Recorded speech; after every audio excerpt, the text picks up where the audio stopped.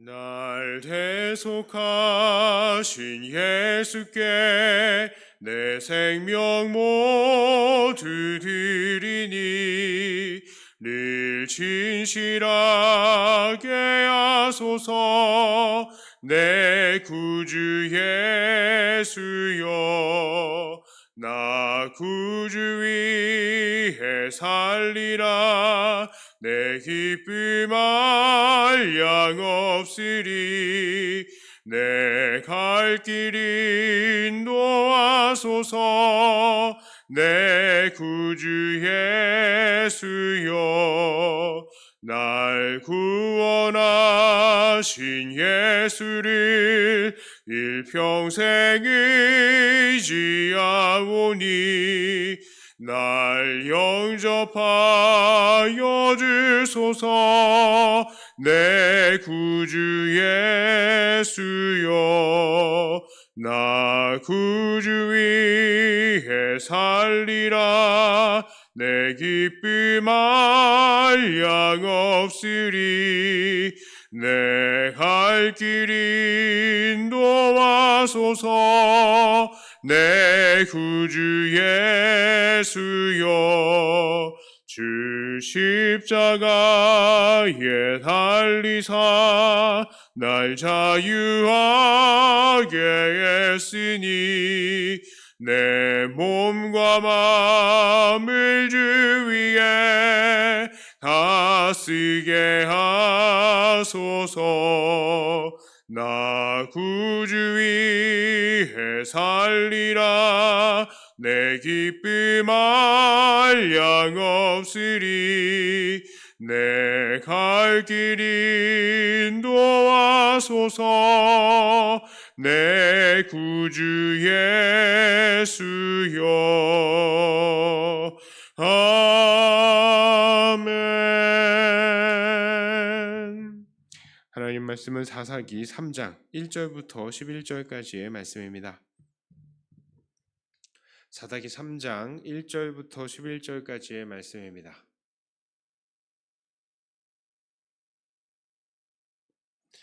이 말씀을 제가 봉독해 올립니다. 여호와께서 가나안의 모든 전쟁들을 알지 못한 이스라엘을 시험하려 하시며 이스라엘 자손의 세대 중에 아직 전쟁을 알지 못하는 자들에게 그것을 가르쳐 알게 하려 하사 남겨두신 이방 족속 민족들은 블레셋의 5 군주들과 모든 가나안 족속과 시돈 족속과 바알 헤르몬 산에서부터 하맛 입구까지 레바논 산에 거주하는 히위 족속이라. 남겨두신 이 이방 민족들로 이스라엘을 시험하사 여호와께서 모세를 통하여 그들의 조상들에게 이르신 명령들을 순종하는지 알고자 하셨더라. 그러므로 이스라엘 자손은 가나안 족속과 헷 족속과 아모리 족속과 브리스 족속과 히위 족속과 여부스 족속 가운데에 거주하면서 그들의 딸들을 맞아 아내로 삼으며 자기 딸들을 그들의 아들들에게 주고 또 그들의 신들을 섬겼더라. 이스라엘 자손이 여호와의 목전에 악을 행하여 자기들의 하나님 여호와를 잊어버리고 바알들과 아세라들을 섬긴지라.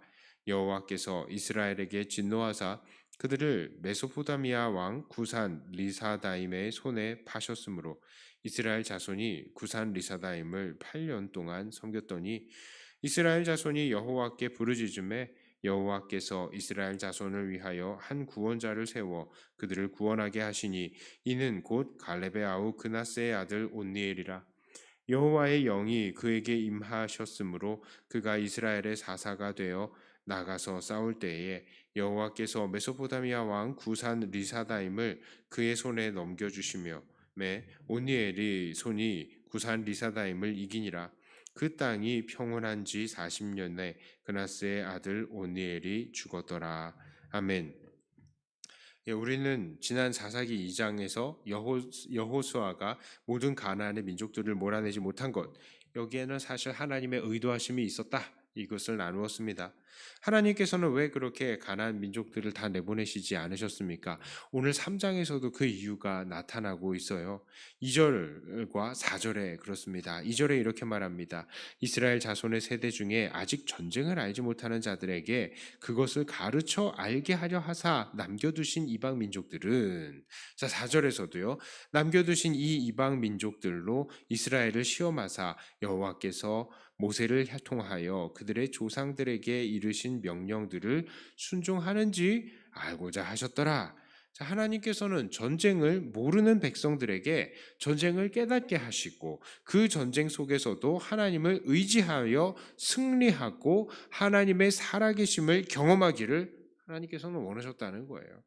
그리고 또한 그 전쟁의 대상들을 가나안 민족들을 몰아냄으로써 하나님 앞에 순종하는 백성의 모습을 보이기를 원하셨다는 겁니다. 자, 그렇지만 백성들은 이런 하나님의 기대에 어떻게 반응했습니까? 6절에 이렇게 말합니다. 그들의 딸들을 맞아 아내로 삼으며 자기 딸들을 그들의 아들들에게 주고 또 그들의 신들을 섬겼더라. 자, 그들은요, 이 가나안의 사람들의 딸들 아내로 삼고 자기 딸들도 그들에게 주고 그들의 신을 섬겼다. 전쟁의 대상을 그냥 화목의 대상으로 바꾸어 버렸습니다. 그렇게 되니 이들은 전쟁을 통해서 이들에게 승리를 주시는 하나님을 경험하는 것, 이건 고사하고 오늘 그들에게 주어진 하나님의 말씀조차도 순종하지 못하는 그런 자들이 되어버린 것이죠. 그런데 이렇게 범죄한 백성들에 대해서 하나님께서는 어떤 반응을 보이십니까? 우리는 지난 2장에서 이 사사 시대의 범죄와 구원의 사이클에 대해서 이야기를 나눴어요. 어떻게 합니까? 첫째는 이들이 타락하죠. 타락하면 하나님께서 이들을 징계하십니다. 징계하시면 이 사람들이 셋째로 어떻게 합니까? 부르짖죠. 부르짖으면 하나님께서 사사를 통해서 구원하시는 거예요. 자, 이 타락과 구원의 사이클이 오늘 말씀 7절부터 11절까지 한번 나타납니다. 드디어 이제 하나님께서는 이스라엘을 징계하시기 시작해요. 8절에 이렇게 말합니다. 여호와께서 이스라엘에게 진노하사 그들을 메소포타미아 왕 구산 리사다임의 손에 파셨으므로 이스라엘 자손이 구산 리사다임을 8년 동안 섬겼더니, 자, 구산 리사다임을 통해서 징계를 하셨다. 그런데 이 첫 번째 징계, 여기에는 이런 특징들이 있습니다. 그 첫 번째 특징은요, 바로 하나님께서 이 사사기에서 소개하는 하나님의 이 첫 번째 징계다라는 거예요. 이 첫 번째 징계. 두 번째 특징이 있어요. 이거 무엇이냐? 이것은 가벼운 징계라는 겁니다. 가벼운 징계. 예, 그래도 가벼운 징계다. 여기서 이스라엘을 다스리러 쳐들어온 사람이 누구라고요? 구산 리사다임은 어디의 왕이라고 합니까? 메소포타미아 왕이다라고 합니다. 여기 이 메소포타미아, 이거는 사실 성경에 몇 번 나오는데 여기가 어디예요? 바로 아브라함의 원래 가족들이 사는 땅입니다. 그러니까 하나님께서는 이스라엘 사람들을 전혀 이 친분이 없는 사람들에게 넘긴 것도 아니고 그래도 어느 정도 혈통이 통하는 먼 친척에게 보낸 거예요. 넘기신 거예요. 게다가 이 구산 리사다임은 이스라엘을 언제까지 통치했습니까? 한 8년 정도 통치했어요. 사실 이 8년도 준수한 기간이죠. 이후에 이스라엘 사람들은 14년 그리고 20년씩 이방 민족에게 고난을 당하기도 했던 것입니다. 이렇게 이들의 징계, 사실은 가벼운 징계인 것이죠. 자, 그리고 이 징계의 세 번째 특징, 그것은 바로 강력한 사사가 나타나서 이들을 구원했다는 것입니다. 여기서 이스라엘을 구원하는 사람은 누굽니까? 바로 강력한 용사 온니엘이에요. 이 온니엘은 사사기 1장에서도 나타난 사람입니다. 그는 갈렙의 조카이기도 했지만 용감하게 전투에 나가서 이 갈렙이 약속한 대로 그 딸 악사와 결혼을 한 사람입니다.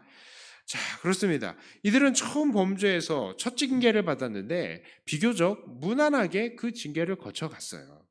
가벼운 징계를 짧게 받았고 그들을 구원하기 위해서 하나님께서 강력한 이 사사를, 구원자를 부르시고 이 사람을 부각시키셨죠. 자, 그런데 이들의 징계가 짧아서 그랬을까요? 이들 이스라엘 사람들 그 뒤에 어떻게 합니까? 12절에 이렇게 말합니다. 이스라엘 자손이 또 여호와의 목전에 악을 행하니라. 이스라엘 자손이 여호와의 목전에 악을 행함으로 여호와께서 모압 왕 에글론을 강성하게 하사 그들을 대적하게 하시매. 자, 그렇습니다. 이스라엘 사람들이 또다시 범죄를 한 거예요. 그래서 그들은 하나님께 또 징계를 받습니다. 또 징계를 받는데 이 상태가 어떻습니까? 예, 모압 왕? 모압은 그래도 가나안 땅 사람은 아니에요. 건너편 사람이죠. 지금 거리가 조금 좁혀졌습니다. 예. 그리고 이 에글론, 모압 왕 에글론에게 대적을 하게 하는데 여기에서 이제 또 징계의 길이가 좀 더 길어졌죠. 그것은 또 따로 나중에 보도록 하겠습니다.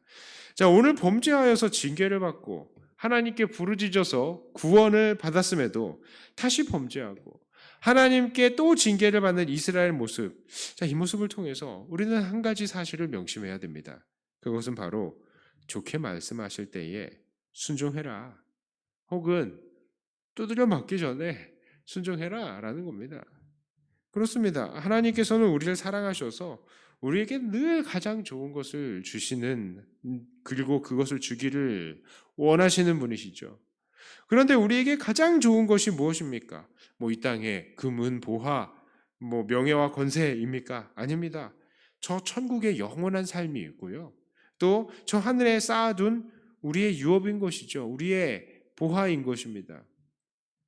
하나님은 우리들이 그 모든 것들을 다 받아 누리시기를 원하세요.